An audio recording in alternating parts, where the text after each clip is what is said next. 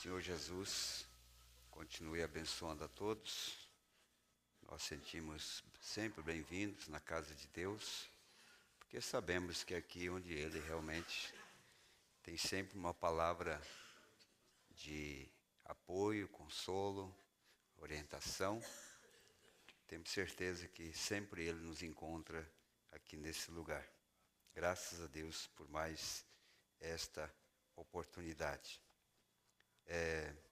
Estava conversando com o irmão Leonel, a irmã Lucy, estarão de viagem amanhã, né, irmão Leonel? Estão indo até o Uruguai, Montevidéu. A irmã Emily, todos vocês se lembram da irmã Emily? Ela está fazendo um curso em Montevidéu, certamente vai passar um ano por ali.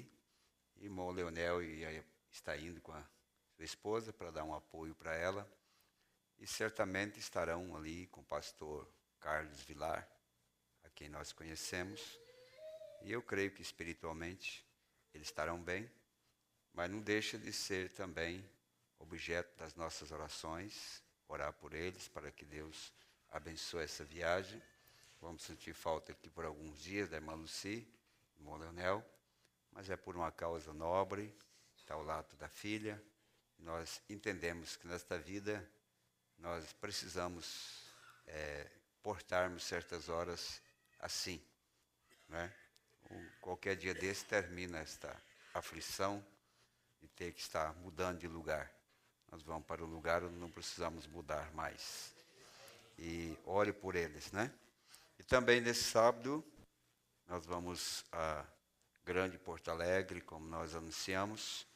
Há um grupo de irmãos ali que estão nos esperando, até porque nós temos recebido aqui irmãos de Porto Alegre já há aproximadamente 3 anos, e a gente vai dar um apoio para eles, conversar com esses irmãos, vamos estar com eles. Eu dependo também das vossas orações para que Deus nos abençoe. Nós estamos agradecidos por Deus nos guiar, e sempre a liderança de Deus é o que é mais importante. Não importa se isso traz sofrimento, se isso nos traz preocupação, mas se Deus nos dirigir, nós queremos cumprir sempre a vontade dEle. Sempre há um preço por qualquer decisão que você faz por Deus. Estamos certos disso, mas Ele nos ajudará a cumprir a sua vontade. Na verdade, estamos aqui para cumprir a vontade de Deus. Domingo, o irmão Joglaí estava me lembrando, eu me perdi nas datas, né, da mensagem Almas Encarceradas, fazendo as contas. Irmão Brana estava com 14 anos quando ele foi levado ao inferno. Isso foi em 1923. E Almas Encarceradas foram pregadas em 1963. Então, 40 anos era exatamente que ele tinha ido ao inferno. 40 anos depois, ele viu naquele shopping center aquelas mulheres que ele havia visto 40 anos atrás. Quem sabe alguma daquelas mulheres nem nascida não era ainda. Não sabemos que idade elas tinham, né? E ele então estava relatando ali. Então, não foi aquele tempo de anos que ele demorou guardando esse segredo. Na verdade, foi 1963. E eu estou estudando esse assunto, não é para deixar as pessoas preocupadas, embora se essa preocupação for para melhorar o relacionamento com Deus, que seja assim. Mas o objetivo é nós mostrarmos em que tempo nós estamos. Eu estava conversando com o Neville, eu quero falar também quem são os anjos caídos, porque nós temos uma noção um tanto distorcida quando nós olhamos quem são os anjos caídos. E vamos mostrar dentro da mensagem onde eles estão. E quem sabe você pensa que eles estão muito longe. E, em verdade, eles estão mais próximos do que se imagina os anjos que caíram.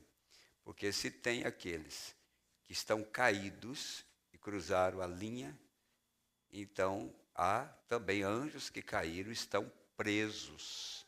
Presos quer dizer, eles não foram julgados ainda, né? Eles vão passar pelo julgamento do trono branco para depois serem condenados. Então nós queremos mostrar, porque tem uma mensagem chamada Três Classes de Crentes. Muito de você já deve ter lido ela. E nas três classes de crente, você se identifica com uma delas. E você vai notar que as três classes de crente, olhando pela capa, não há diferença. É três classes de crente, não é três classes. O crente, o crente, o não crente, o descrente, todos são crentes. Agora, dentro desses crentes, existe a classificação. O crente verdadeiro, o crente manufaturado e o crente incrédulo. Então, dentro dos crentes existem três classes. Lembrando que a Escritura para almas encarceradas, até se você quiser ler ela, e quando nós estivermos aprofundando mais, você se lembrar do que você leu, o irmão Brano usou a Escritura que almas encarceradas foram aqueles que saíram na mensagem do Egito, foram salvos e depois Deus os destruiu. Quais foram os motivos que eles foram destruídos? Por que eles chegaram a essa condição de serem destruídos? Então nós não estamos brincando de crente. Nós estamos aqui para nos identificarmos quem somos nós. Às vezes, por fora nós parecemos incrédulos, mas por dentro nós somos crentes. E alguns por fora parecem crentes, mas por dentro são incrédulos. Então nós estamos aqui justamente para nos identificarmos quem somos nós pelas Escrituras. A primeira e a segunda puxada, se o profeta não tivesse a primeira e a segunda puxada, ninguém ouviria ele. Porque a mensagem de Mombrana, a prova que não ouviria, é que quando o irmão Brana morreu, Deus tirou ele de cena. Cadê a igreja? Cadê a pregação que ele deixou no meio de milhares que ele pregou? Cadê aquele povo que ele tinha? Ele nunca pregou cura divina sem pregar primeiro a palavra de Deus. E ele pregou todas as escrituras, de Gênesis ao Apocalipse, nas reuniões que ele ia. Mombrana nunca precisou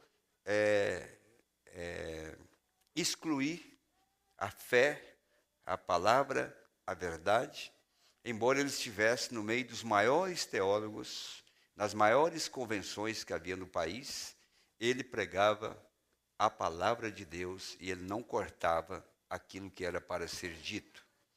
Portanto, sermões que ele pregou profundamente no meio dos pentecostais. Depois que ele partiu, o que essa mensagem fez na vida dessas pessoas? Então nós podemos estar seguindo a mensagem na primeira e segunda puxada, é muito maravilhoso. Como os pentecostais conseguiram chegar ali. Eles conseguiram chegar a esse lugar aonde acompanharam a mensagem e era o atrativo para o povo era a primeira e segunda etapa. Mas na terceira etapa é onde nós encontramos o número reduzido de pessoas. Mombrana diz, uma igreja saindo de uma outra igreja. Uma noiva sendo tirada de dentro da igreja. Então nós estamos vivendo nessa expressão. Deus está tirando de tudo que Ele chamou, Ele está tirando agora uma noiva, uma esposa, dentre este povo. Então nós precisamos preocupar com uma coisa, a dedicação a aplicar, a buscar a Deus na sua palavra, a ler a mensagem, e não só ler, aplicar, a buscar a Deus dentro das Escrituras, porque Ele só vem para quem está esperando e para quem está buscando. Aquele que busca, encontra. Então, se não há esse desejo, né, porque diz o profeta, a Bíblia, ela tornou um livro indesejável para quem não tem a inspiração, para quem não vê nela as promessas, ou Deus nela. A Bíblia tornou um livro cansativo, apenas decorativo na vida de muitas pessoas, assim como é a mensagem na vida de muitas pessoas. Que adiantaria tê-las e não aplicar em buscar? O que adiantaria ter a Bíblia e não tomá-la como absoluta e você ler todos os dias, né? Oxalá que o nosso povo lesse a Bíblia, a mensagem, como lê as notícias. Eu creio que nós teríamos uma vida espiritual um tanto mais avançada se nós aplicássemos mais a ler a mensagem do que as notícias indevidas, né, que nós temos aí diante de nós todos os dias. Então, eu creio que nós não estamos aqui para perturbar ou amedrontar as pessoas. Não, nós estamos aqui para dizer a verdade. A etapa do ministério de Jonas, depois que ele voltou a Nínive, o profeta de Deus disse, olha, vocês têm 40 dias. Se vocês não arrepender em 40 dias, vai todo mundo ser morto. Mensagem dura. E ali foi juízo mesmo. Mas aquela mensagem foi tão forte que até os animais jejuaram a partir dali. Sendo que nem os homens jejuavam, a partir dali o cavalo jejuou, a vaca jejuou, o camelo jejuou, o cordeiro jejuou, todo mundo jejuou. E dentro de 40 dias, Deus trouxe misericórdia para eles. Aquilo que era juízo, trouxe misericórdia. E eles, então, não foram mortos ali, conforme a palavra do Senhor. A Deus, então, relevou a atitude deles para com Deus. Lembra de Acabe? Acabe foi um dos reis mais cruéis e mais imoral que Israel já teve. Ele era um político, um Kennedy, um político. E quando o profeta repreendeu Acabe, ele se humilhou diante de Deus, e Deus disse, vai e diga para Acabe, Elias, que eu não vou punir ele agora nos seus dias, mas eu vou punir os seus filhos. O arrependimento de Acabe livrou ele da sentença maior, ali nos seus dias. E agora pega os filhos dele, Jeroboão e todos que vieram depois de Acabe, vocês vão ver realmente o que eles passaram. O arrependimento, irmão, é uma ferramenta poderosa. Não importa o que você tenha feito na sua vida, não importa o problema que você esteja, a dificuldade, mas quando você se arrepende de coração e busca o socorro de Deus, Deus está sempre pronto para te ouvir. Ele prometeu que nos ouviria. E isso é uma válvula de escape que nós temos. Que Satanás, muitas vezes, nos leva a determinados becos da vida que você não tem saída. Você não tem para onde ir. Você não tem escolha. Você foi levado aquilo ali. Há circunstâncias na vida de crentes hoje que só essa palavra, misericórdia, arrependimento, vai tirar ele de lá. Não existe solução a curto ou longo prazo. Mas, quando se arrepende, volta para Deus, Deus ainda estende as mãos e o abençoa. Como é bom ainda desfrutarmos da misericórdia de Deus e do arrependimento, que nos coloca, então, numa posição de que Deus pode ainda nos ouvir. Agora, a nossa vida de crente hoje é o contrário daquilo que o mundo chama de crente. Existe uma prática chamada os crentes, ou os evangélicos, ou os protestantes, que esse nome nem sequer cabe mais para os crentes de hoje, porque protestantes vem da palavra protestar. Protestar contra as coisas erradas, protestar contra o pecado, protestar contra as coisas inconvenientes. Mas o que realmente eles estão protestando hoje? Não existe mais protesto. Então, ser crente hoje, ela é justamente ser o contrário do que o mundo chama de crente. Ser crente hoje é ser raro, é ser totalmente diferente, mesmo entre os crentes. Não estou falando nem de mundo. Por isso o profeta disse: Senhor, permita que eu seja um cristão no meio dos cristãos. Que eu seja um amigo no meio dos amigos. Porque sobressair crente no mundo mal vestido é fácil. Nós queremos ser crente no meio dos crentes. Nós queremos ser cristão no meio dos cristãos. Nós queremos que a nossa vida expresse o cristianismo diferente, como o mundo chama de crente. É Cristo vivendo em nós. Essa vida de Cristo vivendo em nós, ela é diferente quando o mundo diz que nós somos crentes. Eu vejo que você é um crente, mas quantos levam esse nome aí, de crentes? Mas que tipo de crente somos nós? Primeiro, segundo ou terceiro? Crente verdadeiro, crente manufaturado, crente incrédulo. Jesus dá algumas dicas da vida cristã que é impossível você ser um crente sem Cristo. Em outras palavras, existem etapas da vida que você pode até ir, mas existe uma etapa que é impossível você manifestar aquilo sem que Cristo não esteja presente. Porque ser cristão é ter Cristo. Não existe cristão sem Cristo, porque Ele é a essência do cristianismo. Era Cristo em Moisés, era Cristo em Davi, era Cristo em Jeremias, era Cristo em Daniel. Todos eles fizeram história porque eles tinham Cristo na vida deles.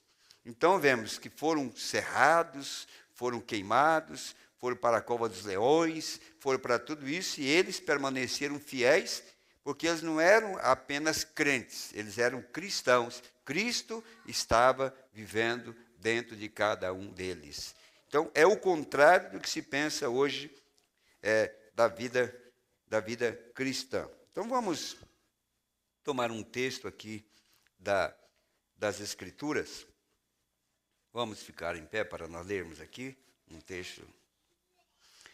É Lucas 6, versículo 17 ao 38. E o poder se expressa através do amor. Você sabe que o profeta disse, enquanto vocês encontram aí, o profeta disse: o poder sem caráter, ele é diabólico. O poder sem caráter, ele é diabólico. Por isso, nós vemos a nação, o mundo político, na condição que está, porque eles têm poder, mas eles não têm caráter para executar o poder que lhe foi dado. Um delegado, um juiz, um presidente da república, um senador. Você já imaginou o poder que esses homens têm na mão? Você já imaginou? Como disse um irmão, disse: olha, o que mais intimida um bandido não é um revólver, é uma caneta na mão de um delegado e de um juiz. Ele disse: o que mais intimida um bandido não é o revólver, mas sim uma caneta, quando ele pode lavrar uma sentença, escrever e assinar embaixo. Agora, o poder sem caráter, ele é o quê? Ele é diabólico.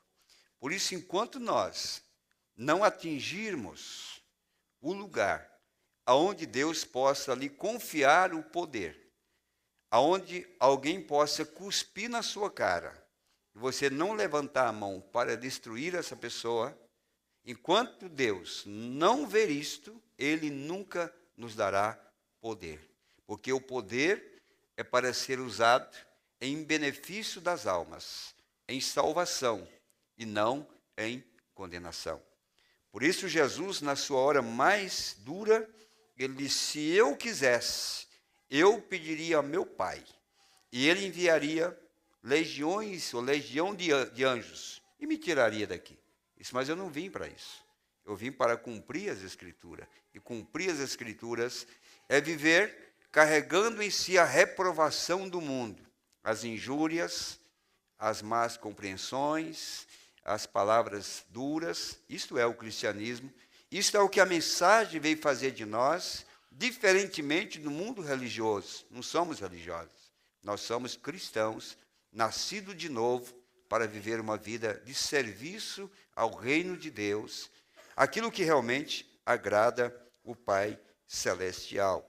Aí então Deus, quando nós chegamos a esse nível, então Deus poderá lhe dar poder. Aí você vai usá-lo para benefício do próximo. Porque o maior e grande mandamento, qual que é? Um deles. Tem dois, Jesus disse, dos mandamentos, resume-se em 2 mandamentos. O primeiro, amarás ao teu Deus de todo o teu coração, de toda a tua alma, de todos os teus pensamentos. E o outro, amarás o próximo como a ti mesmo. Para mim, é uma das partes mais duras do Evangelho, que jamais você vai conseguir expressar isso. Amar o próximo como a ti mesmo. Você não dá conta de dar nenhum lugar numa fila de banco para o próximo, você fica irritado. Você não consegue deixar o próximo passar no farol, no seu lugar, você fica irritado porque o lugar é seu. Você não consegue se recuar para que alguém possa passar primeiro do que você. Agora, vamos tomar isto e ver que a Escritura diz, amai o próximo como a ti mesmo. Nós vamos entender que esse mandamento, e que se resume todos os demais, não é possível o homem natural capaz de viver ele, a menos que ele tenha passado por essa transformação, onde o próprio Deus enraizou na sua alma, no seu coração, e agora você diz assim, eu não vivo mais, é Cristo que vive em mim. E quando você tem esta expressão dentro de você, o mundo não vai dizer que você é um cristão. Sabe o que o mundo vai dizer que você é? Você é um bobo. Você é um retardado. Você é uma pessoa que não sabe aproveitar a vida. Que todo mundo te passa para trás. Que todo mundo... Não. Aí nós tomamos o resultado, produzimos um testemunho de que verdadeiramente nós não somos um crente comum. Nós somos o verdadeiro crente. Quando o mundo fala que nós somos bobo, nós somos tontos, nós somos totalmente loucos por não saber aproveitar do lugar que nós estamos vivendo. Mas isto é, amar o próximo como a si mesmo. E descendo com eles, parou num lugar plano, e também um grande número de seus discípulos, e grande multidão de povo de toda a Judéia e de Jerusalém, e de toda a costa marítima de Tiro e de Sidom, os quais tinham vindo para o ouvir e serem curados das suas enfermidades, como também os atormentados dos espíritos imundos, e eram curados. E toda a multidão procurava tocar-lhe, porque saía dele virtude e curava a todos. Vamos parar aqui, depois nós vamos continuar. Senhor Jesus, eu quero agradecer o Senhor, porque ainda meus olhos podem discorrer as Sagradas Escrituras, e ainda eu posso ver o que me falta para ser aquilo que o Senhor tem designado para as nossas vidas. A vida cristã, a fé perfeita, o amor a Deus, o amor ao próximo, a humildade para saber levar nesta vida um evangelho diferente do que o mundo tem para oferecer. Por isso, Pai, servir o Senhor é renegar a vida social, as oportunidades que o mundo tem para dar, que nos maquiaria em nome de crente, mas nas profundezas da nossa alma estaria carregados de incredulidade e de uma vida leviana. Mas graças a Deus, Tu nos enviou uma mensagem e através dela estamos sendo esquadrinhados com os títulos 3 classes de crente. O profeta nos mostra no íntimo de cada crente de que lado ele se encontra. Por isso eu agradeço a Ti nesta noite, Pai, porque eu não vim na igreja para me apresentar como crente. Eu vim para aprender como ser crente. Eu vim para aprender como servir ao Senhor e agradar ao meu Deus, o meu Salvador, o meu Criador. E não estou preocupado com o que o mundo pensa e dizem ao nosso respeito, porque eu sei que o que mais vale é aquilo que o Senhor pensa de nós, é aquilo que o Senhor tem nos predestinado para ser nesses últimos dias. E aqui, Pai, diante dessa grande responsabilidade, pregar para esses mortais como nós, trazer a Tua palavra, sabendo, Pai, que o Evangelho causa uma expectativa e que nós queremos, num desses dias, dar o nosso último voo ao encontro dos céus, sabendo que da plataforma é o lugar onde o Senhor usa o pregador para preparar o povo para esta hora maravilhosa. Eu quero estar aqui ciente, Pai, que não é uma responsabilidade que qualquer homem poderia fazer, mas somente o Senhor através do homem. O Espírito do Senhor é que pode abençoar o teu povo, a tua igreja, os teus filhos, e eu quero me render a ti nesta noite, Pai. Nessas poucas palavras que iremos dizer nesta quarta-feira, diante dos teus filhos, porque sei que nós estamos marchando para aquele grande dia, Pai, quando todo o peso ficará para trás, toda a carga será tirada. Senhor, todo sentimento será deixado, e nós entraremos na tua presença eternamente, para gozarmos das promessas que o Senhor fez a nós, estando aqui na terra. Queremos trabalhar e viver para isto, Pai. Toma, nesta noite, o meu coração e o coração dos teus filhos, e cada espírito aqui, Pai, seja amarrado pela presença do Senhor, e que Satanás, que nos acompanhou até a porta da igreja, quem sabe trazendo maus pensamentos, quem sabe maquinando alguma coisa contrária, que nesta noite a tua palavra, que é um martelo que esmiuça a pedra, possa nesta noite tocar cada um de nós, e todo sentimento contrário seja tirado, e haja uma fé genuína em nossos corações, para abraçar as promessas de Deus, e viver uma vida limpa e correta diante dos teus olhos, pois nós te pedimos, crendo, Pai, em nome de Jesus. Amém. Podeis assentar, irmãos. Então, em Lucas, no capítulo 6, nós encontramos essa leitura, a partir do versículo 17, nós paramos no 19. E toda a multidão procurava tocar-lhe, porque saía dele virtude e curava a todos. Há um tempo na vida de cada crente que é maravilhoso. Todos querem tocar, todos querem fazer parte. É um tempo maravilhoso. Jesus viveu um tempo maravilhoso com o povo amando e procurando sempre estar aonde ele estava. Essa foi uma etapa maravilhosa no ministério de Jesus. E é bom, aonde tem alegria, aonde tem cura, aonde tem sinais e prodígios, isso sempre reuniu o povo. Tanto é que o mundo denominacional está reunindo milhões ou milhares de pessoas por causa de sinais que eles contam e que acontece entre eles. Mas Jesus estava mostrando que a vida cristã, ela não é somente cura do corpo, ela não é somente ser livre de aflições, de espíritos imundos. Ele agora vai mostrar o outro lado do Evangelho, porque esta é apenas uma parte do Evangelho.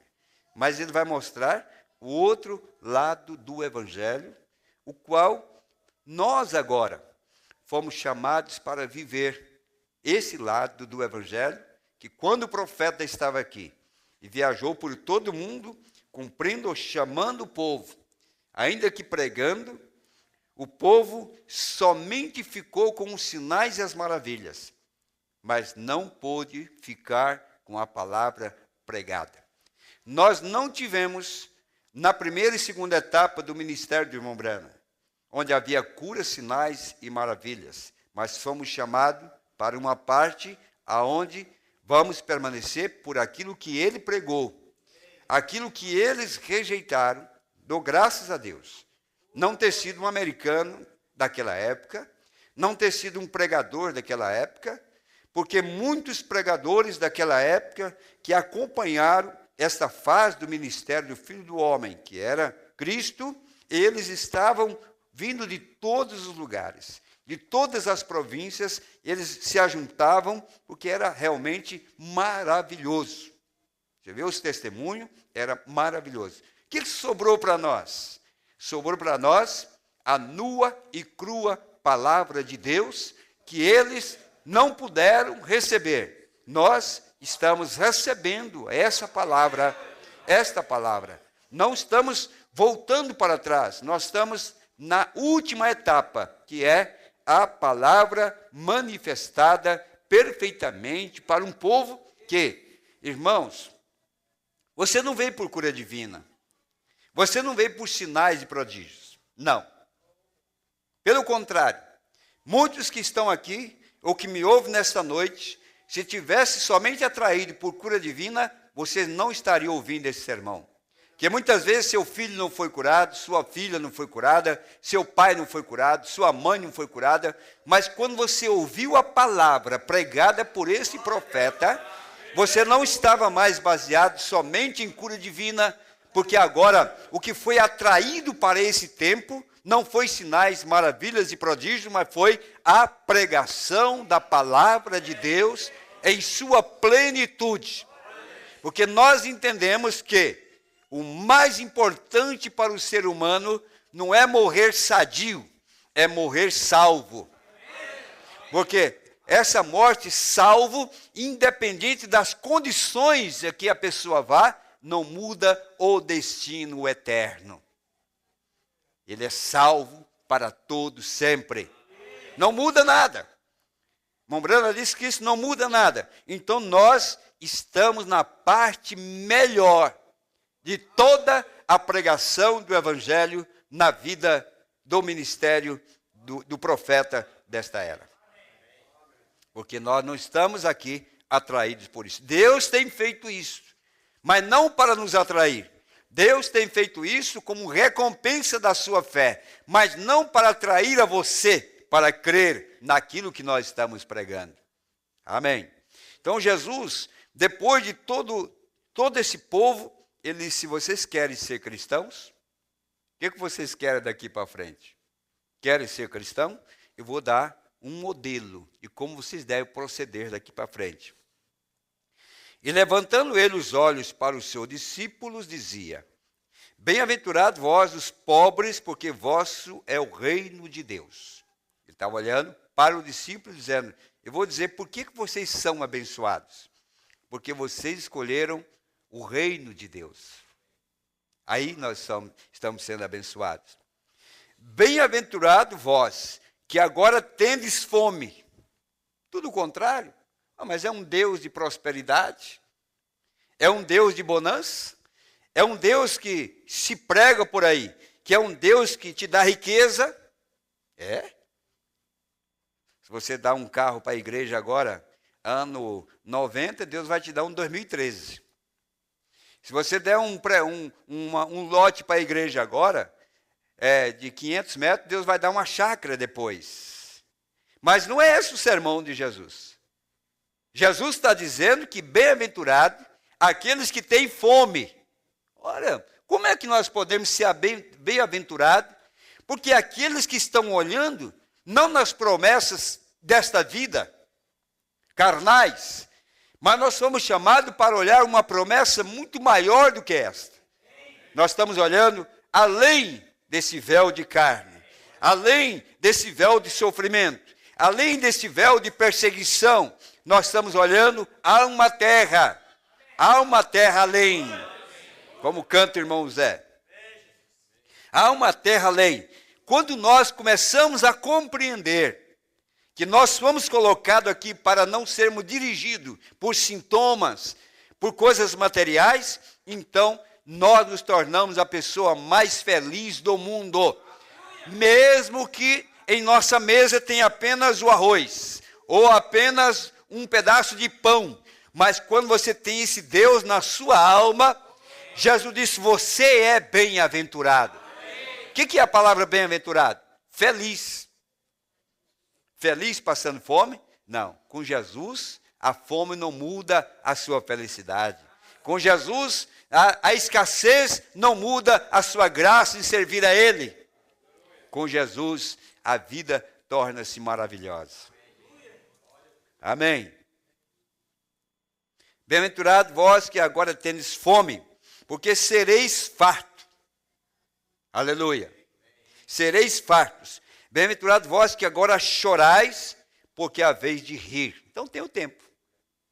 Tem o tempo para todas as coisas. Bem-aventurados sereis quando os homens vos aborrecerem e quando vos separarem. Então qual é a bem-aventurança? Passar fome, chorar. Você está triste, você está chorando? Não, Jesus disse que agora eu estou feliz, porque é bem-aventurado os que choram, porque mais tarde vai sorrir. Você está triste porque separaram de vós? Você perdeu família? Você perdeu amigo? Você perdeu pessoas preciosas do seu lado? Jesus disse que não era para você estar infeliz. Bem-aventurado sereis quando os homens vos aborrecerem e quando vos separarem. Por quê? É porque não há como você ser um cristão hoje com muitos amigos. Simão Brana disse, o cristianismo nunca conseguiu muitos amigos. Jesus caminhou fazendo milagres, sinais, mas no final do seu ministério, ele tinha poucos amigos. O irmão Brana tinha poucos amigos.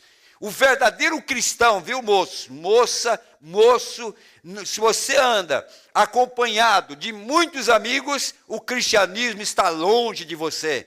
Porque ser cristão diminui a amizade.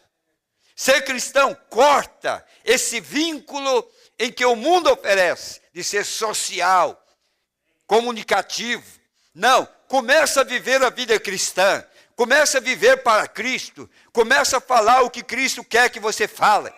Começa a ir no lugar que Deus quer que você vá. Começa a ser um homem justo nos negócios. Começa a ser um homem honesto na sua casa. Honesto com os vizinhos. Honesto no trabalho. E você vai ver que vai diminuir as suas amizades. Isso não é reprovação de Deus. Isto é o próprio Deus mostrando para nós que essa fase que nós estamos vivendo agora é a fase de poucos amigos. Mas amigos que ficam são verdadeiros. Aleluia. Então Jesus está dizendo, olha, quando os homens vos aborrecerem e quando vos separarem e vos injuriarem e rejeitarem o vosso nome como mal. Agora, você, no meio disso, no meio de todas essas coisas, você pode levantar as mãos para o céu e dizer graças a Deus, Senhor. Ter o seu nome como mal? Mas por que mal? Por que o cristão é taxado de mal? Porque ele é sincero, porque ele é honesto, ele não tem duas caras, ele não é político, ele vive uma vida transparente. Ele não diz pelas costas, ele diz pela frente. Ele não faz motim, ele não faz reuniões secretas para te apunhalar. São aqueles que falam aquilo que precisa ser dito. Então esses nomes tornam-se maus. Porque assim Jesus também era mau. Assim também o irmão Brana era mau. Porque ele não podia dizer coisas boas de um homem que era ímpio. Não podia dizer coisas boas de um homem que era mau. Mas somos taxados. Rejeitaram o vosso nome como mau por causa do Filho do Homem. Então, olha a consequência, o que traz a diminuição dos amigos, a perseguição. Por que suja o nome? Por que nos tem como maus? Por que nos aborrecem? Por que separam de nós? Jesus está dizendo aqui, que todas essas coisas iriam acontecer naqueles que tivessem a compreensão do cumprimento da promessa de Deus. Então diz aqui, ó, por causa do Filho do Homem. A causa do Filho do Homem leva os verdadeiros a terem nomes sujos, a serem perseguidos, a serem aborrecidos e a se separarem também. É a Bíblia que está dizendo isso. Nós temos que entender que se há um povo que vai viver inteiramente pela Bíblia, ele terá que cumprir palavra por palavra, vírgula por vírgula, e a Escritura tem que se cumprir em nós. Então, qual é a causa desse aborrecimento? Qual é a causa dessas coisas que acontecem ao redor dos crentes? Por causa do Filho do Homem. Isso não está nas Escrituras apenas para fazer número de páginas. Não, nós estamos vivendo agora, esse tempo. Se essa decisão pelo Filho do Homem, se essa decisão pela verdade vai cortar 99,9% dos nossos amigos, então, eu digo a verdade, nós vamos continuar com um amigo, que esse amigo continuará nos dizendo que somos bem-aventurados. Então, é decisão que nos traz uma consequência. Mas qual é o motivo? Porque andamos falando mal das pessoas, agindo mal, comprando e não pagando. Não, porque nós cremos que o Filho do Homem foi revelado. Lucas 17:30 se cumpriu. Agora nós somos filhos do homem, porque aquele que estava no Filho, que revelou o Filho do Homem, e ele saiu daquele corpo, como saiu no dia de Pentecostes, e desceu sobre uma congregação. Agora, nós vamos passando pela mesma circunstância, e Paulo disse, resta ainda um pouco de sofrimento por aqueles que servem a Cristo. Resta um pouco das aflições de Cristo para a igreja carregar. Eu estou feliz por isso.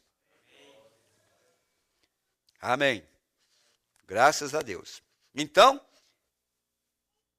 e vos injuriarem e rejeitarem o vosso nome como mal, por causa do Filho do Homem. Folgai nesse dia. Amém? Folgai. Vamos cantar nesse dia então. Vamos fazer festa nesse dia. Vamos exultar o nome do Senhor. Vamos glorificar o seu nome nesse dia. A Bíblia diz, quando vosso pai e mãe vos rejeitarem, o vosso Deus receberá você em seus braços. Folgai. O que nós devemos fazer então? Alegrar diante de Deus. Não é verdade? Folgai. Nesse dia, exultai. Porque eis que é grande o vosso galardão no céu. Amém. Pois assim faziam os seus pais aos profetas. Quem é que mataram os profetas? Quem é que mataram os profetas? Lembre-se que matar não é um punhal nas costas de um homem. Mas você mata um homem quando você fala mal dele, não é assim? Falar que o Mombrano errou. Falar que houve isso, estão matando. Quem que está matando? Os pais. Os pais. Jesus disse, vocês vão aí na sepultura e vocês decoram a sepultura, você coloca flores, você pinta. Ele disse que foi seus pais, né? E vocês estão confessando que seus pais foram assassinos. Mataram os profetas. Olha o que a Bíblia diz. Mas ai de vós ricos, porque já tendes a vossa consolação. Ele está falando de quem? Rico sou e de nada tenho falta. De que era ele está falando? Era de Laodiceia. Rico sou e de nada tenho falta. Ai de vós ricos, porque já tendes a vossa consolação. Ai de vós, o que estáis fartos, porque tereis fome. Eles não ligam mais para ler, para buscar, não tem interesse pelos selos, pelas eras, não dedica mais em leitura. Estão fartos. Quem é que está farto? De nada tenho falta. O espírito laodiceano, ele invadiu não somente as igrejas, mas também invadiu os púlpitos, aonde há lugares que só os pastores leem a mensagem. Laodiceia, fartos, ricos. Jesus está condenando isso. Na época do Filho do Homem, porque viria a perseguição e a prova por causa do Filho do Homem, uma era que era rica, Laodiceia, de nada tenho falta. Quem é que diz que de nada tenho falta? É Laodiceia. Eles não têm mais interesse, eles não param para ouvir mais, não param para ler mais. Jesus está advertindo: ai de vós que estáis fartos, porque tereis fome. Ai de vós os que agora rides, porque vos lamentareis e chorareis. Ai de vós, quando todos os homens de vós disserem bem. Ao contrário. Todo mundo tem que falar bem de nós, somos cristãos. Ai de vós. Pelo contrário, quando você cumpre a palavra, você é taxado como mal, não bem.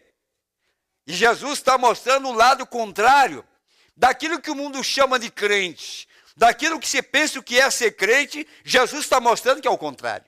Ai de vós, quando vos disserem bem a vosso respeito. Ou reverendo fulano de tal, o grande homem fulano de tal, aí o peito se incha, e ele se torna um homem grande. Ele agora está tão grande que ele não pode olhar para baixo. Ele cresceu demais, só falam bem dele. Jesus disse: ai de vós. Ele disse: é o contrário. Ai de vós. Ai de vós os que agora rides. Ai de vós quando todos os homens de vós disserem bem, porque assim faziam seus pais aos falsos profetas. Então, quer dizer, quando esses homens é muito bajulado, ele está se identificando como o quê? Falsos profetas. Porque a Bíblia diz que esses eram bajulados, grandes homens, bajulados, pais aos falsos profetas. Mas a vós que ouvis, digo, amai a vossos inimigos. É fácil isso? Não, não vai me dizer que é fácil, não. Só é fácil para uma pessoa, a pessoa de Cristo. Por isso que eu preciso dele para amar meus inimigos. Senão eu vou esperar cada um deles com a espingarda de trás da porta. Andar armado. Andar com uma pistola dentro do carro. Perseguir o inimigo. Perseguir esse e aquele. Jesus disse: não. A arma que nós precisamos carregar contra o inimigo chama-se amor. Amai a vosso inimigo. Não é se preparar para uma guerra com armas químicas, com armas na cintura. A igreja deveria estar se armando, sim. Armando contra todo inimigo. Armando contra todos os críticos, contra toda zombaria. Como? Enchendo mais do amor de Deus. Enchendo mais do amor divino. Enchendo mais da graça de Deus. Enchendo mais dessa perseverança em Cristo. Mas a vós que ouvis, digo, amai a vossos inimigos, fazei bem ao que vos aborrecem. Você já pensou? Você abrir caminho para ele? Você fazer um bem para quem realmente te aborrece? Bendizei o que vos maldizem e orai pelos que vos caluniam. Chegou a hora de nós cumprir as Escrituras. Será que nós gastamos tempo aqui, nas reuniões de oração, na sexta-feira, nós oramos 1 hora pelos inimigos nossos? Vamos lembrar e fazer uma lista dos nossos inimigos e vamos agora colocar em pauta uma oração especial por eles. Que eu ore pela minha filha, pelo meu filho, pelo meu pai, pela minha mãe, pelos meus amigos, pelos problemas do trabalho, melhor salário, melhor oportunidade. Mas agora, o cristianismo tem que se expressar agora orando pelos inimigos. Intercedendo por eles. E não é hipocrisia não, irmão. É orando, você vai ver o resultado da oração quando você faz pelo inimigo. Então, bendizei o que vos maldizem e orai pelo que vos caluniam. Ao que te ferir numa face, oferece-lhe também a outra. E ao que te houver tirado a capa, nem a túnica recuses. Não, se ele tirou 100 reais de mim, ele vai pagar 200 agora. Eu arranco o couro dele, mas que ele vai pagar, ele vai. E assim, é assim. Você fez um mal comigo, pode deixar. É igual a cobra. Diz que a cobra espera 10 anos. Onde você feriu ela, ela vai se enrolar lá. Se um dia você passa por aqui de novo, um dia eu te pego. Essa é a serpente lá do Éden, que ainda está caminhando por aí, esperando a hora da vingança. E ao que te houver tirado a capa, nem a túnica recuses. Agora, nós não estamos ouvindo esse sermão aqui do Raimundo Maia, do José fulano e tal. Sabe quem é que está pregando isso aqui? O homem que viveu o sermão. Nós estamos pregando o sermão daquele que disse, aprendei de mim, que sou manso e humilde de coração. Segui meu exemplo. E eu estou lutando para acompanhar ele. Pode ser que eu ainda arranque o pescoço de algum daqui para frente, mas a minha direção é eu encontrar esse para que eu possa ser o exemplo dessa vida e nas circunstâncias que aparecerem, eu possa demonstrar, Senhor, por favor, me dê graça para viver o sermão que eu acabei de ouvir do Senhor Jesus. Me dê graça para que eu possa expressar, a minha vida agora é essa. Então, ele podia pregar isso, porque realmente ele vivia. Dá a qualquer que te pedir. Não dou para esse não, ele vai beber. A cara dele não nega, ele vai beber. Jesus não disse isso. Ele disse, dá a quem te pedir. Se ele vai beber ou não vai, o seu galardão por ter dado. Agora, se vai fazer daquilo que ele quer fazer, é problema dele. Você está cumprindo as escrituras. Você pode dar? E não minta também. Não tenho trocado, viu? Aí você chega em casa, está com um maço de dinheiro trocado no bolso, e você mentiu para o mendigo. Você não mentiu para o mendigo, não. Você mentiu para o seu Deus. Você deveria saber que há uma escritura que diz, olha, dá a quem te pedir.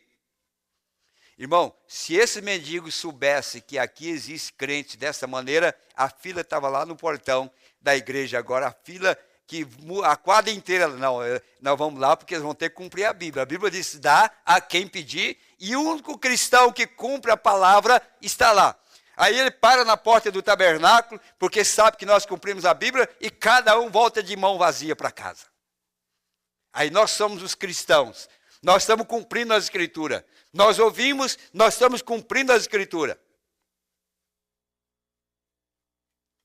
Nós temos que nos envergonhar, irmão. Não é das grandes coisas não, viu?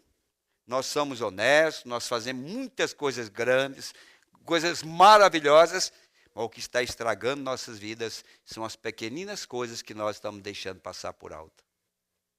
Nós não estamos vendo isso. E dá a qualquer que te pedir. Jesus, para quem que ele estava dando esse sermão? Para ir levantando ele os olhos para os seus discípulos. Para os seus discípulos. Versículo 20. Seus discípulos. Somos discípulos de Jesus? Então qual é o sermão para nós nessa noite? O que ele está dizendo para mim nesta noite? Nós não estamos interpretando. Nós estamos dizendo o que ele disse. Esta é a verdade. E ao que tomar o que é teu, não lhe tornes a pedir. Tirou sua alegria, tirou sua paz. Deixa que vá.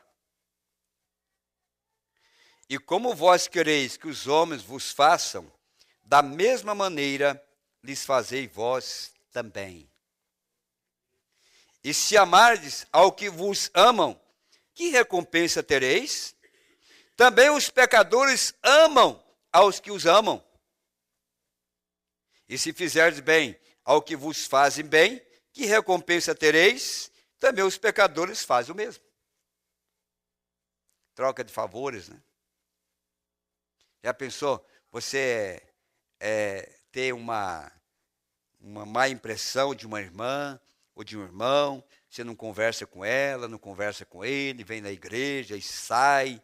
Eu não vou com a cara desse irmão aqui. Eu não consigo.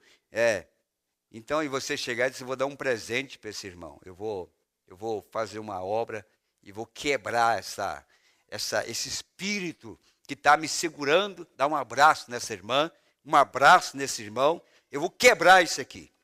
Eu vou mudar o quadro. Eu vou mostrar que eu estou cumprindo o que Jesus falou. Nós vamos mudar. Nós vamos ter uma igreja, não minha igreja. Nós vamos ter a igreja que ele disse que deveria ser, vivendo sobre o que ele tem ensinado.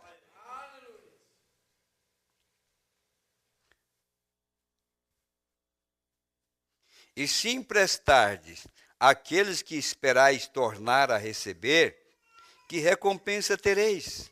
Também os pecadores emprestam aos pecadores para tornarem a receber outro tanto.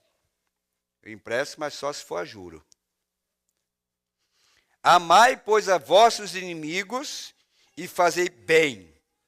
E emprestai. Já pensou isso?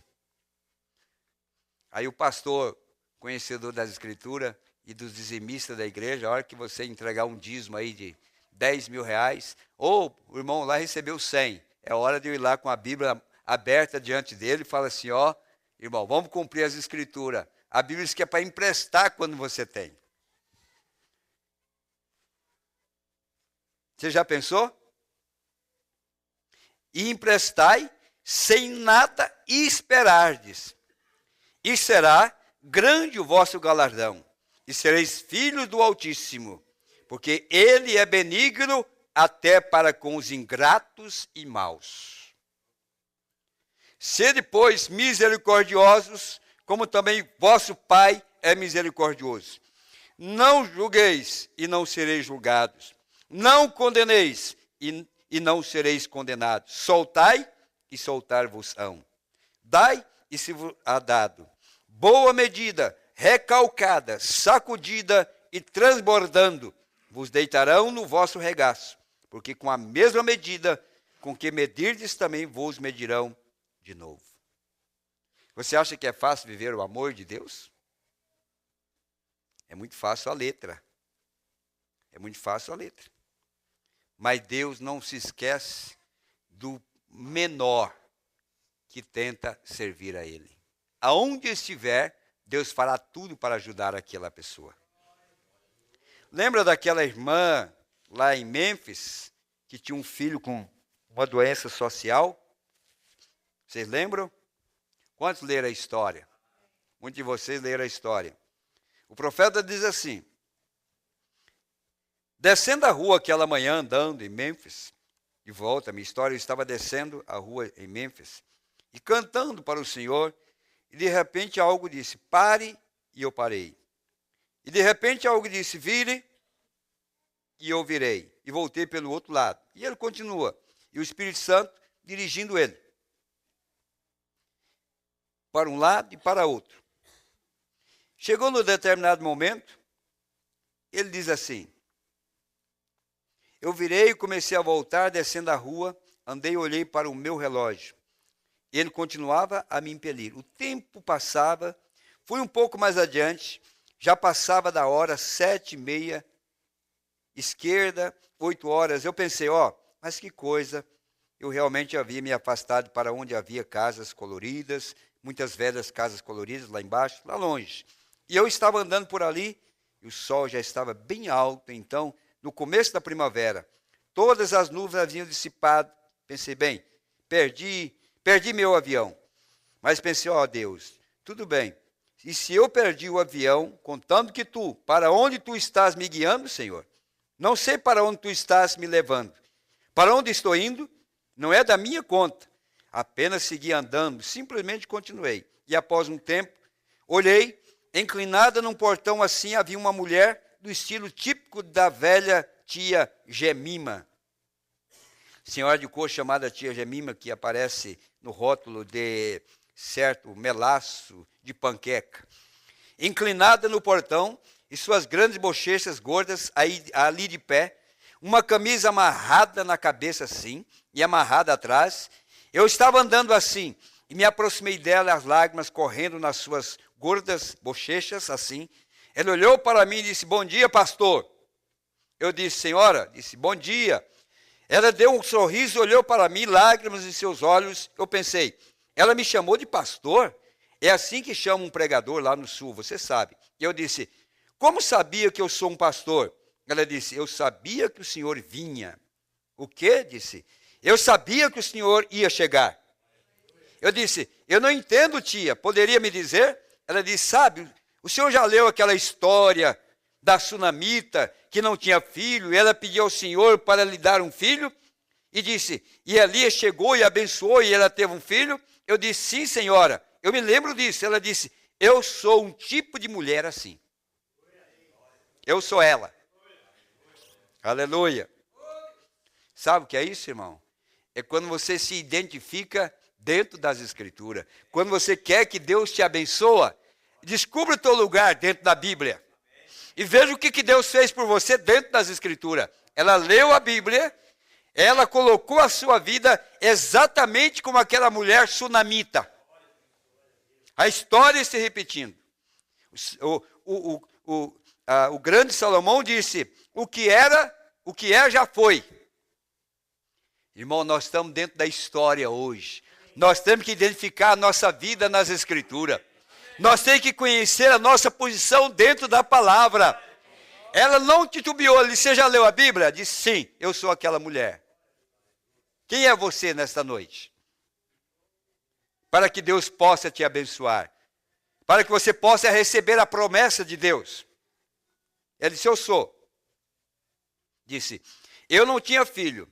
Eu orei ao Senhor e disse ao Senhor que se Ele me abençoasse, me desse um filho, então eu criaria para ele. Disse: ele me deu um filho, disse. Eu levava na tábua de bater roupa, um pequeno abrigo ali ao lado. Disse: eu lavei na tábua de bater roupa para criar esse filho. E ela disse: quando ele cresceu, pastor, ele tomou o caminho errado. E ele disse que saiu com a companhia errada e ele está deitado aqui, moribundo. E disse: o médico veio aqui antes de ontem, quando ele ficou inconsciente, e disseram que não podia fazer mais nada por ele. Eles lhe deram 606 salvarsan e tudo mais, nem sei o que é isso, de mercúrio, e penicilina, nada, doença venérea, sífilis. Acham que a válvula do seu coração está afetada, não existe mais solução. Se fosse alguma mãe, dizia: o que eu posso fazer? Foi ele que foi lá buscar. Foi ele que desviou do caminho do Senhor. Foi ele que caçou todo esse problema, então é problema dele. Não. Você não deve entregar para o diabo de mão beijada seu filho, sua filha, ou qualquer ente querido que o diabo levou. Você não pode aceitar isso aí. Essa mulher disse: eu não aceito isso. Eu não posso aceitar que esse mal venha destruir a minha felicidade. Sabe? Deus quer homens e mulheres de coragem, viu, irmão? Que não pede somente a cura de uma gripezinha, não. Deus quer homens e mulheres que creia e que peça a ressurreição de um filho, que peça a mudança, a conversão. Deus quer que nós sintamos como somos possuidores dessa promessa. Porque Ele prometeu que faria isso por nós. Então agora, o diabo pegou o filho de uma crente, mas Satanás não sabe com quem ele mexeu. Pegou o filho de uma crente que não desanimou. Uma crente que deu crédito à palavra. Uma crente que aceitou que Deus é Deus. Naquela noite, quando ela estava orando, eu não li aqui, quando ela estava orando, o avião estava lá a 10 quilômetros de altura, 12 quilômetros de altura. Deus mandou uma tempestade para aquele avião, porque aquele avião carregava um profeta, um mensageiro, um homem de oração. Deus mandou a tempestade, aquela tempestade baixou o avião. Quem que baixou o avião? Foi a oração de uma mulher que pôde crer que Deus podia mudar o quadro. Foi a oração de uma mulher que sabia que o seu Deus era o Deus do impossível. Ninguém viu aquilo. Os pilotos não viram. Os tripulantes não viram. Os passageiros não viram. Mas lá embaixo, uma mulher de cor, negra, com o filho morrendo, com doença venérea, quando ela ajoelhou naquela noite, Deus disse: eu vou parar aquele avião. Eu vou trazê-lo de volta. Eu vou fazer esse avião abaixar e eu vou mandar o meu profeta na sua casa. Irmão, ele está aqui nesta noite. Você pode fazer ele baixar na sua casa. Na hora de necessidade, se você crê, você pode trazer ele de volta. Você pode mudar a sua vida. Pode sim, porque ele é o mesmo ontem, hoje e eternamente. Satanás pensou que era fácil levar um filho de um crente. Eu estou falando de crente, daquela raça pré-ordenada, daquela raça de Abraão, crente que tem fé, que não é incrédulo. Quando o diabo mexe com essa raça, ele apanha. Ele estava acostumado a levar uma raça de crente que não tem garra para lutar, que não tem coragem para orar. Mas quando ele encontra um crente que se para pela palavra, que se para pela verdade, aí ele vai enfrentar algo diferente.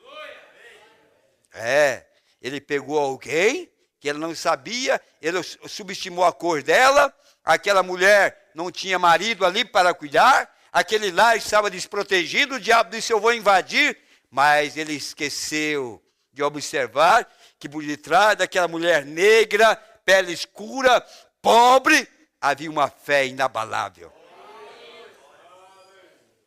O médico já tinha dado a sentença, não há mais condição.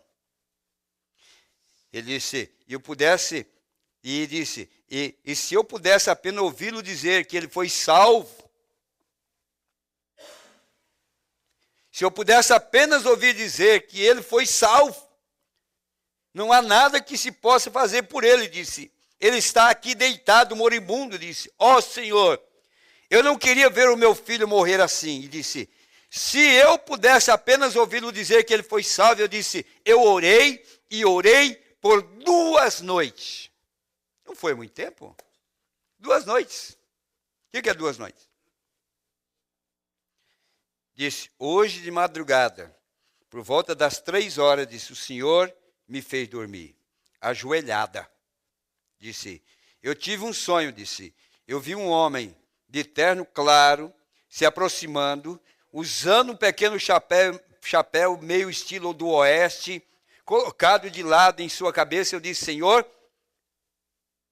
eu sou a mulher, mas aonde está o teu Elias? E disse: aqui vem ele. Deus disse: aqui vem ele. Ela se identificou dentro das Escrituras. Por isso, quando ela era uma mulher que estava perdendo, uma mulher que estava perdendo a luta, estava perdendo a batalha. Quem é aquela mulher? A igreja. Que estava perdendo, mas ela se identificou. Quem somos nós? Nós somos a esposa do Cordeiro. Nós somos a eleita, a senhora eleita. Nós somos escolhidos do Senhor. Eu estou na Bíblia. Não precisa ter o nome de Raimundo na Bíblia, porque eu sou parte de uma noiva. E eu estou dentro daquele corpo. Aquele corpo tem nome: a Senhora Jesus Cristo.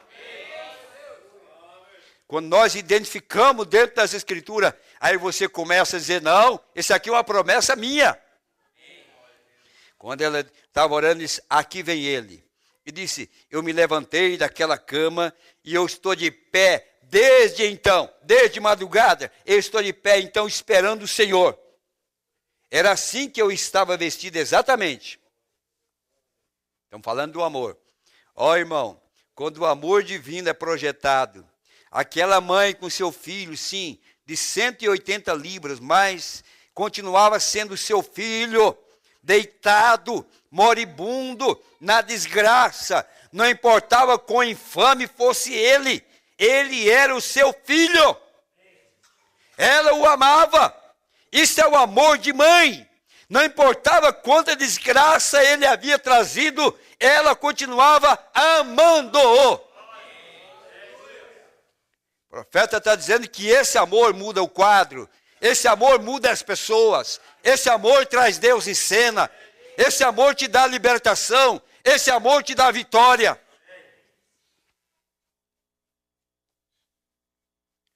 E se você não pode se esquecer do seu filho, não importa o que ele tenha feito, então como poderia Deus esquecer de você? Se você não esquece, Deus vai esquecer de você? Ele disse, seus nomes estão gravados nas palmas de minha mão. Mamãe pode esquecer seu bebê do peito, mas eu nunca te esquecerei. Não importa o que você tenha feito, a que distância você se afastou, no que se meteu, Deus ainda ama você. Deus ama você. Deus ama você. Mantenha aquele amor se movendo, não o deixe falhar. Aleluia. Então ela suspirou, ela disse, eu simplesmente não pude fazê-lo. E ela disse, pastor, eu tive um sonho e eu vi o Senhor se aproximando. E disse, quando eu olhei para a rua e vi aquele pequeno terno claro e aquele chapeuzinho de lado na sua cabeça, disse, o Espírito me disse, aí está ele. E disse, não quer entrar? Eu pensei, Deus, talvez seja aqui aonde tu me guiastes, essa é a razão pela qual era para eu vir. Eu não sabia. Eu abri a porta, eu abri o portão. Ele tinha uma corrente e uma ponta de relha nela. Ele tinha uma corrente e uma ponta de relha nela. Eu não sei se vocês já viram uma ou não. Eu abri a velha portinha e entrei. Irmão, eu já estive em palácios de reis. Eu já estive em casas mais ricas que existem no mundo. Já estive em algumas de multimilionários, que vale 20 ou tanto quanto 28 milhões de dólares. Já andei em seus tapetes sendo de chenille, de um lado ao outro, sendo que eu poderia deitar e dormir comodamente nos tapetes, sendo uma casa fascinante. Mas não havia nem mesmo só tapete no chão. E uma velha caminha de ferro colocada ali. Um cobertorzinho comum puxado por cima daquele garoto. Havia uma tabuleta na porta. Deus abençoe nossa casa. Aleluia. Deus abençoe nossa casa. Eu sabia que eu estava diante de um lar cristão. Um lar cristão. Sim, com uma doença venérea matando um filho. Para o mundo poderia ser qualquer outro lar. Mas quando Deus visitou aquela casa e encontrou aquela mulher, disse, é um lar cristão. Aleluia. Eu sabia que eu estava num lugar onde se fazia oração. Nenhum pôster de mulheres na parede, nenhuma foto vulgar, mas a Bíblia aberta em uma mesinha velha de mármore, em cima colocada ali. E um rapagão deitado ali na cama, com o cobertor na sua mão, fazendo um barulho. Ele faz o barulho aqui. Eu pensei, que coisa. Peguei nos seus pés, estavam pegajosos e frios.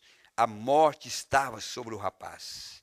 Ele continuava dizendo, está tão escuro, está tão escuro. Eu disse, de que ele está falando? Ela disse, pastor, ele tem pensado, já faz muitos dias agora, que está no meio de um grande mar, perdido, disse, ele não sabe para onde está indo, e disse, isto é o que machuca meu coração, disse. Ele está indo embora, está perdido no meio do mar, e não sabe para onde está indo. Disse, pastor, eu tenho orado, já fiz tudo, já fiz de tudo, eu não quero que ele fique perdido, pastor. E disse, foi aí quando eu estava orando. Eu disse, tia, qual é o problema do rapaz? Ele disse, é uma doença venérea. O médico afirmou, ele está nas últimas, nada mais se pode fazer. Ele disse, ele está inconsciente, faz 2 dias que ele está perdido no mar. Ela disse, pode orar por ele? Eu disse, tia, o meu nome é Brana, já ouviu falar de mim? Ela disse, não, senhor, acho que nunca ouvi falar. Não precisa. A sua fé não precisa conhecer nome, precisa conhecer o seu Deus. Não, nunca ouvi, pastor. Eu disse, bem, vou lhe contar uma historinha. Eu disse, o meu ministério é orar pelos enfermos. Ela disse, é? Eu disse, sim. Eu disse, contei-lhe sobre o avião, descendo e tudo. Ela disse, isso é verdade, pastor? Eu disse, sim. Ela disse, bem, eu sabia que ele não me deixaria decepcionado. Amém. Eu sabia que Deus não ia me decepcionar. E Deus não vai te decepcionar. Deus não vai te deixar na mão. Deus não vai te deixar na mão. Não sei o que Ele vai fazer, mas Ele não vai te deixar na mão. Eu disse, faça uma oração, tia. E ela se ajoelhou ali. Mas que oração que essa mulher fez. Quando ela pôs o joelho no chão, diz o profeta, que oração, ó irmão. Como aquela velha santa podia falar com Deus. Ali ela orou, até as lágrimas rolarem de seus olhos. Levantei meus olhos e ele continuava fazendo gritando. Eu disse, agora tia, eu vou orar. A senhora juntamente comigo. Aleluia. Coloquei minhas mãos sobre os seus pés. Eu disse, Pai Celestial, meu avião já partiu, que eu saiba. E aqui está esta pobre velha mãe chorando por seu filho. E que eu saiba, foi para esse lugar que tu me dirigiste. Rogo que tu tenha misericórdia dele. E mais ou menos naquela hora, eu ouvi dizer, mamãe, oh mamãe, aleluia, aleluia, aleluia, louvado seja Deus. 2 dias perdidos, 2 dias sem conhecer nada, agora uma simples oração de uma mãe que não deu por entregue. Sabe o que o profeta está mostrando para nós? Que não há caso impossível para Deus, não há condição que Deus não possa te abençoar. Quando ele colocou as mãos ali e orou, ele começou, mamãe, oh mamãe. Ela se levantou, enxugou a lágrima de seus olhos. Ela disse, sim querido, o filhinho da mamãe está se sentindo melhor. Começou a acariciá-lo na cabeça. Ele disse, mamãe, o quarto está ficando claro. O quarto está ficando claro. Aleluia. O amor soberano. É aquele amor que não se entrega, mas que busca de Deus. Que confia que Deus pode mudar o quadro. Que Deus muda aquele quadro. Aleluia. O amor soberano. Quando o amor divino foi projetado no coração de Deus, a graça soberana teve que responder no seu lugar. Quando penso que lá, uma pobre mãe, mantendo-se firme em Deus, com sua oração, e tudo isto, e então o que aconteceu? Deus, através de sua graça, Deus, na sua misericórdia, trouxe um avião lá do céu, e o manteve pousado, para responder a oração de uma pobre e letrada mulher de cor. Para mostrar que não é a sabedoria, não é entendimento, é você crer na palavra, é você crer que é verdade, amém? Quando o amor divino foi projetado, não importava quão pobre fosse ela, quão negra fosse ela, quão amarela fosse ela, seja lá o que ela fosse, quando a graça divina projetada, a graça soberana tem que tomar o seu lugar. O amor daquela velha mãe ali, como ela clamou, Deus entrou em cena. Amém? Você vai entregar diante dos problemas que você tem? Diante da dificuldade que você tem? Ou você vai fazer como essa velha mãe fez pelo seu filho? Cerca de 2 anos após aquilo, eu desci, eu estava em um trem descendo. Eu saí e subi até ali para comer um hambúrguer. Eles estavam pedindo cerca de 70, 80 centavos por um no avião, ou no trem. E eu podia comprá-lo por cerca de 20 centavos numa pequena barraca. Eu desci do trem, comecei a caminhar. Havia um rapaz de cap vermelho que disse, olá, pastor Brana. Eu olhei de volta e disse, bom dia, filho. Bem, disse, não me conhece? Eu disse, não, creio que não. Disse, o senhor se lembra, há cerca de 2 anos atrás, quando foi orar por mim e minha mãe ali? Eu disse, sim, você é aquele rapaz? Disse, sim, senhor, pastor Brana. Disse, estou completamente curado. Não somente isso, mas eu estou salvo agora. Eu sou um cristão agora. Porque uma mãe não deu ouvido ao diabo. Não tinha marido, mas ela tinha fé em Deus. Ela confiava em Deus. Trouxe Deus. Aonde que Deus estava? Dentro de um avião. Em um homem chamado profeta. Deus estava lá naquele avião, num homem. Deus parou a tripulação, o avião, piloto, não teve explicação, disse, desça nessa cidade e baixe mesmo, e baixou. Ele orou, ele disse na outra mensagem, disse, aí eu disse, eu perdi o avião. Ele disse, eu voltei para o aeroporto, caminhando. Quando eu peguei minha balinha, estava entrando ali, ele disse, eu escutei falar nos alto-falantes, voo número tal, essa é a última chamada. Ele disse, eu entrei no mesmo avião e voltei para a minha casa. Deus não somente baixou o avião, mas Deus manteve o avião esperando o seu profeta. Porque nesse dia, não precisava Deus fazer como fez com Filipe, pegar ele e levar para outro lugar. Deus tem avião que está à sua mercê, para ele fazer o que ele quer fazer. Então Deus falou, baixa lá, deixa ele orar pela minha serva, curar aquele jovem, e espere ele voltar, hein? E quando ele voltou, ele disse, agora vocês podem voar de novo. Esse tipo de coisa não é para qualquer raça de crentes. É para os crentes que vêm da linhagem de Abraão. É crentes verdadeiros. Vamos ficar em pé. Amém? Vamos orar. Vamos nos colocar diante de Deus. Você crê que aquilo que é impossível, Deus pode fazer por você agora?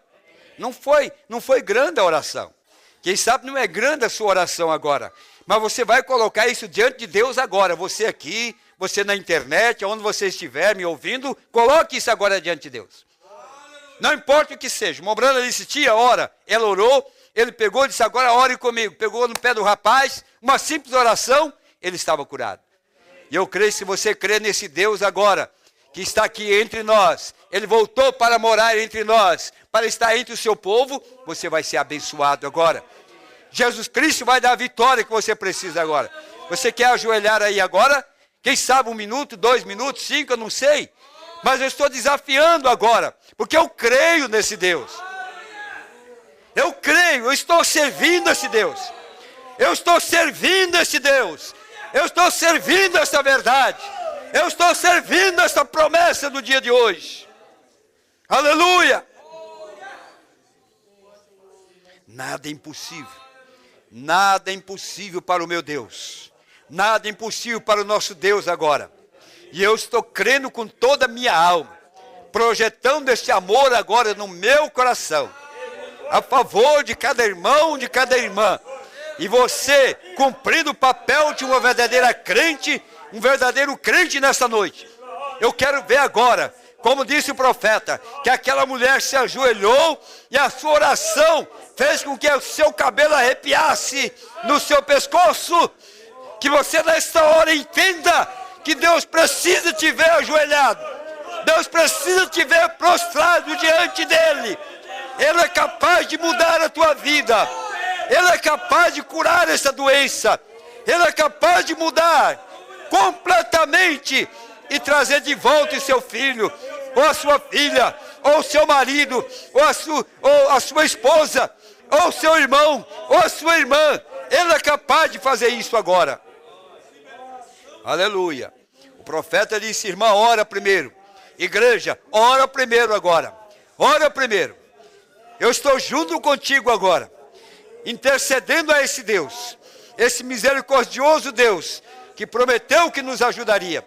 Nosso Pai Celestial, nosso querido Deus, temos ouvido, isto é a pura verdade. Como a irmã Ratmus diz, quando o profeta testificava da criação dos esquilos, e ela disse, é pura verdade. Naquele instante o poder sobrenatural, a coluna de fogo, Deus desceu naquele lar e fez com que aquilo acontecesse, Pai. Nesta hora, Pai, há uma família, há uma mulher chamada igreja aqui reunida. Estão pela internet me ouvindo agora, Pai. E nós estamos crendo que o Senhor está aqui nesta noite para tornar o impossível sendo possível, Pai. Os enfermos recebendo a sua cura, os oprimidos sendo libertados, em nome do Senhor Jesus Cristo. Aleluia! Aleluia! Vamos remover a incredulidade. Deus prometeu cumprir a sua palavra. Deus prometeu libertar. Deus prometeu ressuscitar. Deus prometeu fazer milagres. Aleluia! Ele quer te dar vitória. Ele quer te dar vitória nesta noite. Ele quer te dar vitória. Você pensava que era impossível. Você pensava que Deus não tinha te escutado. Você pensava que Deus não te ouve. Mas Ele está aqui nesta hora para dar a vitória que você precisa, irmã, irmão, moça, rapaz. Você que me ouve, aonde você estiver agora, Ele está aqui agora para dar a vitória que você precisava. Aleluia! Satanás, você mexeu com a pessoa errada, Satanás. Você tocou no filho de uma pessoa cristã. Você tocou na filha de uma cristã. Você entrou no lar errado, Satanás. Tu tomou o endereço errado, Satanás. Saia dessas vidas agora. Espírito de enfermidade, espírito de incredulidade, sai dessas pessoas agora. Aleluia! Porque aqui está a igreja do Deus vivo. Aqui está a noiva. Aqui está a esposa. Aqui está a parte de Cristo. Aqui está a Senhora eleita. O poderoso está conosco nesta batalha. Aleluia! Não há doença venérea. Não há doença no coração. Não há doença no sangue. Não há diabetes nesta hora. Não há nada que possa fazer frente. Aleluia! Glória a Deus! Nada pode fazer frente a esse Deus. É tempo de vitória. É tempo de glória. Aleluia! Aleluia! Aleluia! Glória a Deus! Glórias ao Senhor! É tempo de vitória completa, igreja! Não se dá por entregue! Reclama o que é teu! Reclama o teu filho! Reclama o teu marido! Reclama a tua esposa! Reclama o teu irmão! Reclama os teus amigos! Reclame teus inimigos! Aleluia! Porque Deus pode nesta hora. Ele é capaz. Ele desceu até nós para ver nossas lágrimas, para interceder por nós, para trazer a cura que nós precisamos. Aleluia! Aleluia! Louvado seja Deus! Aleluia! Creia no impossível nesta hora. Receba a vitória completa. Não importa em que estado está o teu filho, a tua filha, metido em problemas, Deus pode trazer de volta. 2 dias caminhando na escuridão, 2 dias distanciado. Lázaro estava 4 dias, esse moço estava 2 dias, caminhando na escuridão. Mas lá foi a voz de Deus, trouxe ele de volta, curado, concedeu a salvação dele. Aleluia! Aleluia! Louvado seja Deus, louvado seja o Senhor. Deus é poderoso, Deus de graça, soberana graça, entrando em ação para trazer a vitória para o povo, a vitória para a igreja, a vitória para as famílias, a vitória para os lares, a libertação total e o poder do sobrenatural. Deus manifestado para fazer o mesmo ontem, hoje e eternamente. Aleluia! Glórias ao Senhor. Aleluia! Nosso Deus nunca perdeu uma batalha. Nosso Deus continua mostrando que Ele é o mesmo ontem, hoje e eternamente. E Ele tem provado que está entre nós. A sua palavra tem vindo entre nós. Teu Espírito Santo tem manifestado entre nós. Aleluia. Glória a Deus.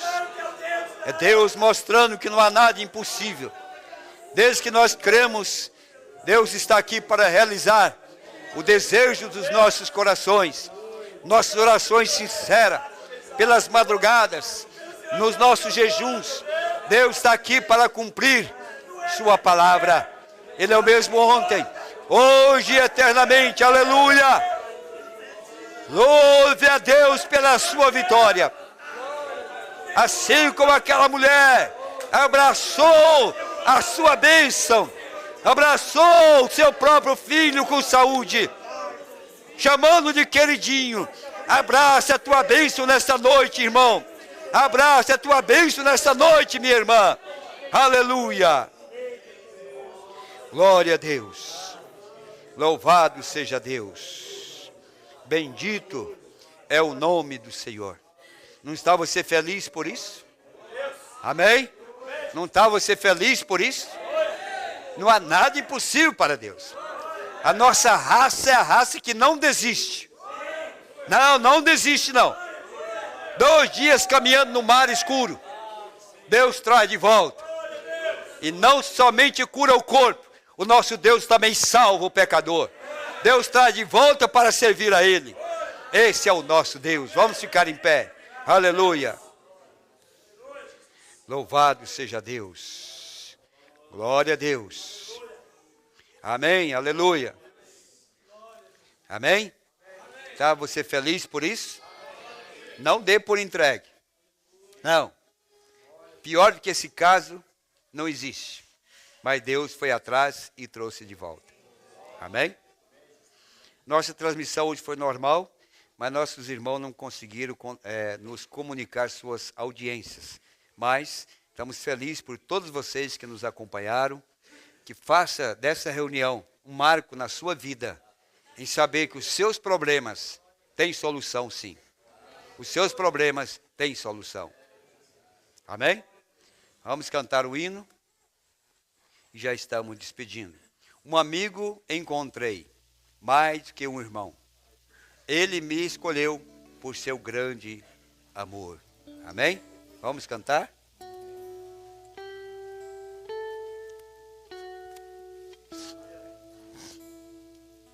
É Jesus, esse nosso amigo eterno. Quando todos nos abandonam, Ele ainda está ao nosso lado. Glória a Deus.